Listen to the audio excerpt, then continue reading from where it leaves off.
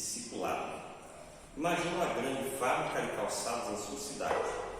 O grupo responsável por essa indústria investiu grandes somas de dinheiro e muitas horas de trabalho para que o novo empreendimento produzisse os melhores sapatos.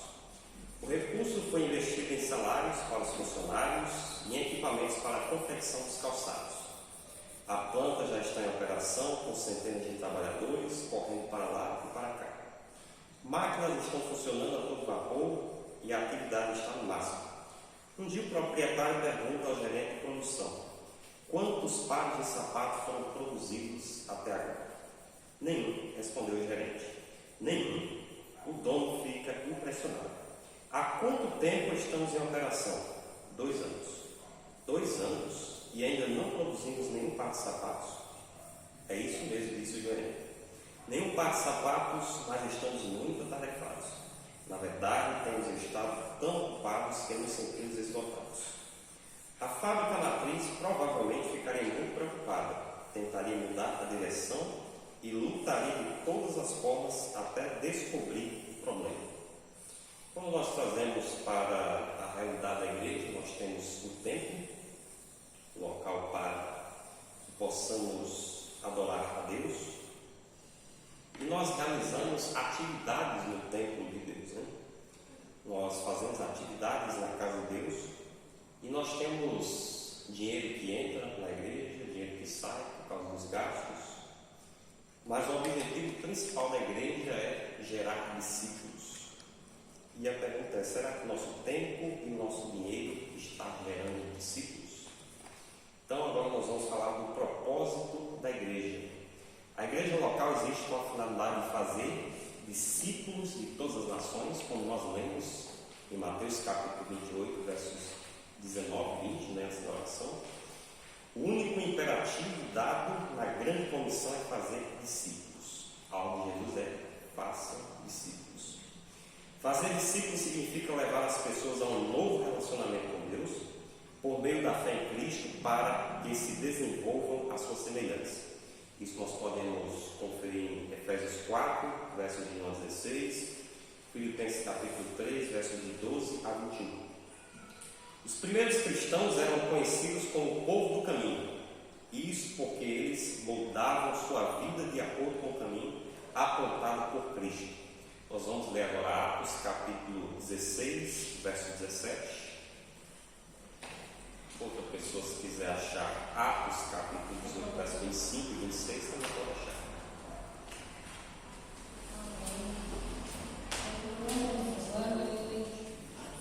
Seja bem-vinda.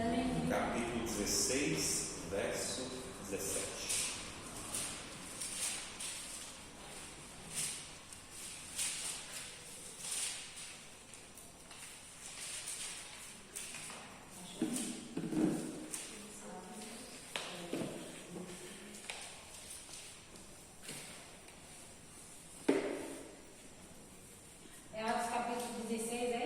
Verso 17.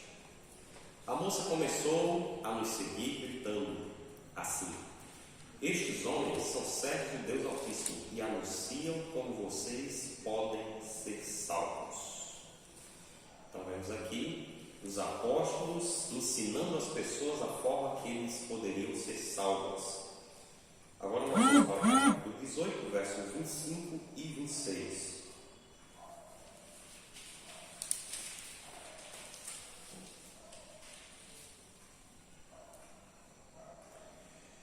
Ela também, instruída no caminho do Senhor, falava com grande entusiasmo, e o seu ensinamento a respeito de Jesus era correto. Porém conheciam somente o batismo de João. Ele começou a falar com coragem na sinagoga. Priscila e seu marido Áquila ouviram falar. Então o levaram para a casa deles e lhes explicaram melhor o caminho de Deus. Então, nós vemos o exemplo de pessoas que conheciam um pouco da palavra de Deus, que tinham sido até batizados no batismo de João, que era o batismo do arrependimento, mas eles precisavam aprender mais sobre o caminho de Deus e foram ensinados no caminho de Deus, né? Interessante que no Atos capítulo 19, verso 23, fala que os apóstolos chegaram em determinado lugar lá e criou-se um alvoroço na cidade por causa da mensagem do caminho de Deus. Então, em alguns lugares da diligentes em ouvir a verdade. O que significa ser um discípulo? Todo o Novo Testamento aborda essa pergunta, mas nós vamos analisar alguns versículos que estão escritos em Lucas capítulo 14. Estão escritos em Lucas capítulo 14, dos versos 25 ao 35.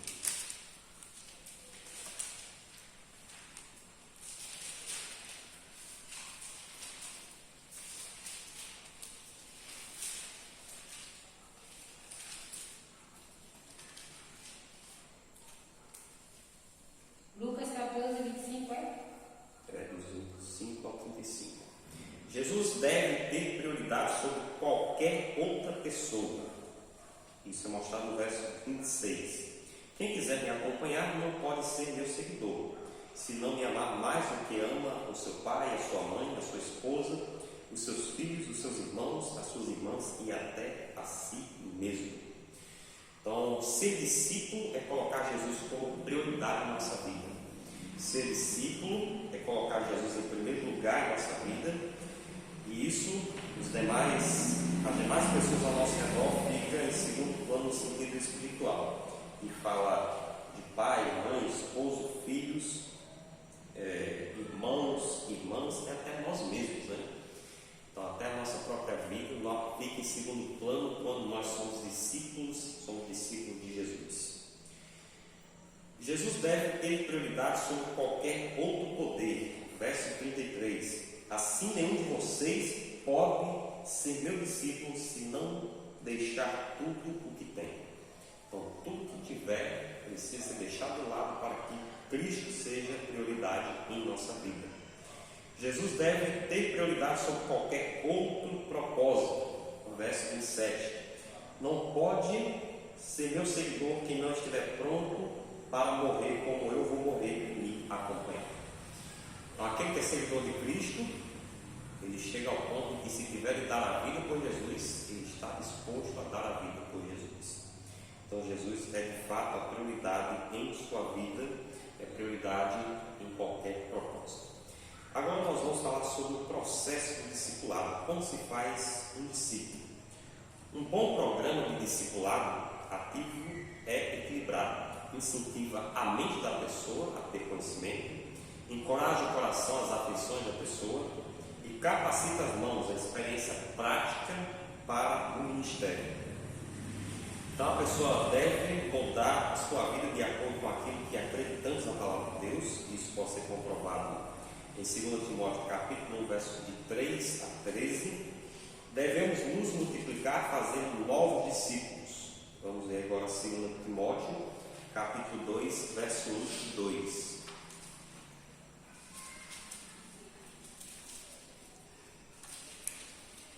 2 Timóteo capítulo 2, verso 1 e 2.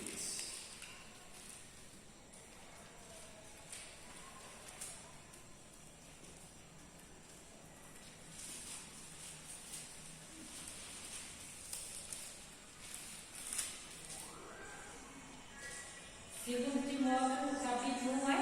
Capítulo 2, verso 1 e 2. E você, meu filho, seja forte por meio da graça que é nossa, por estarmos unidos com Cristo Jesus.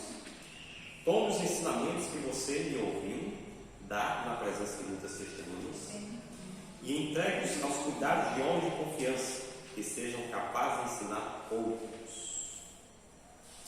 Então precisamos ser fortes na graça de Cristo, na graça que nós recebemos, e precisamos apresentar aquilo que nós aprendemos na palavra de Deus a outras pessoas, assim como Paulo ensinou a Timóteo. Precisamos ser multiplicadores de novos discípulos. Agora, nos versos 3 a 7, mostra que devemos estar envolvidos no ministério. Como fiel soldado de Cristo Jesus, tome parte no meu sofrimento.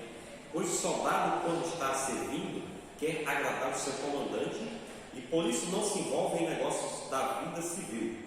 O atleta que toma parte numa corrida não recebe o prêmio se não obedecer às regras da competição. E o lavrador que trabalha no pesado deve ser o primeiro a receber a sua parte na colheita. Então, como fiéis seguidores de Jesus, nós precisamos nos envolver nos envolver no ministério de Cristo, sendo bons soldados de Jesus, sendo bons atletas de Jesus, né? Para que nós possamos ser vencedores na carreira cristã. O que é preciso para levar uma pessoa à maturidade espiritual? Quais fases de crescimento nós podemos antecipar? Como podemos orientar o novo cristão a amadurecer em cada estágio? Qualquer pai conhece a difícil sensação que experimenta dentro de dias e até de semanas ao trazer o bebê do hospital para casa. A comemoração acaba, os avós dizem adeus e quando chega a noite vem o choro do bebê. As fraldas sujas. Então ele começa a entender o que significa criar um filho até chegar à vida adulta. Então nós vemos aqui que a experiência de ser pais não é só ter um filho, né? É uma jornada. Então a igreja local é o método de Deus para o cumprimento da grande missão, que é fazer discípulos. Devemos orar, levar pessoas a depositar sua fé em Cristo e ajudá-las a se desenvolver à sua semelhança. Então, o propósito da igreja é fazer com que as pessoas se tornem semelhantes a Cristo. E isso é comprovado em Efésios, capítulo 3, versos 14 a 19. Os dons espirituais devem ser exercidos de modo que a igreja possa ser edificada e cresça segundo a justa cooperação de cada parte. Efésios capítulo 4, verso 16.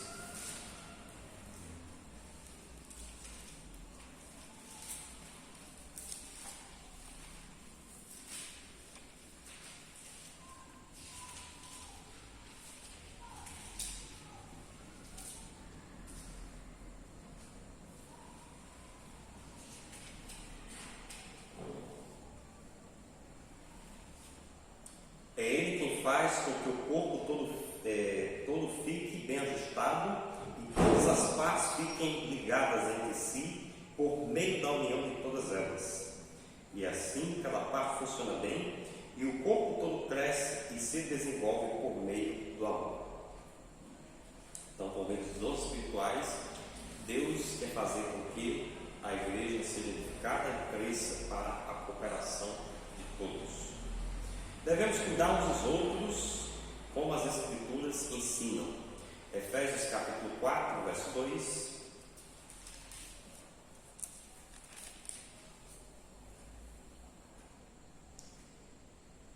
Sejam sempre humildes, bem-educados e pacientes, suportando uns aos outros com amor. Outros versos que nós podemos analisar também é Romanos 12, versos de 3 a 13, Efésios 4, verso 25 e verso 32,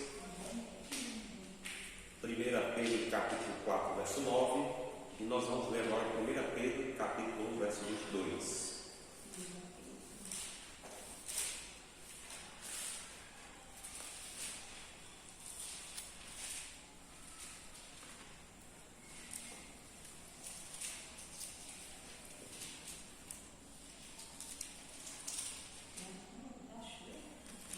Primeira Pedro quanto, irmão? Capítulo 1, verso 22. Agora que vocês já se purificaram pela obediência à verdade, e agora que já têm um amor sincero pelos irmãos da fé, amem uns aos outros com todas as forças e com o coração puro. Capítulo 3, verso 8. Finalmente, que todos vocês tenham o mesmo modo de pensar e de sentir. Amem uns aos outros e sejam educados e humildes uns com os outros. Então é esse cuidado muito que cria um ambiente de discipulado na igreja de Deus. Para a construção de uma igreja discipuladora, o que devemos fazer? A nossa prioridade é fazer discípulos. Traga as pessoas para um novo relacionamento com Deus, por meio da fé em Cristo, e procure desenvolvê-las à semelhança do Salvador. Em nossa igreja deve ser criado um ambiente discipulado. Discipulado não é apenas um programa. De modo geral, tudo o que a igreja faz deve contribuir para que as pessoas se tornem discípulos de Jesus. Então, cada atividade que é feita na igreja e pela igreja deve ter o objetivo de discipular pessoas para Jesus. Então, que esse seja o nosso pensamento, isso seja a nossa busca, para que nós sejamos discipuladores de pessoas para Cristo.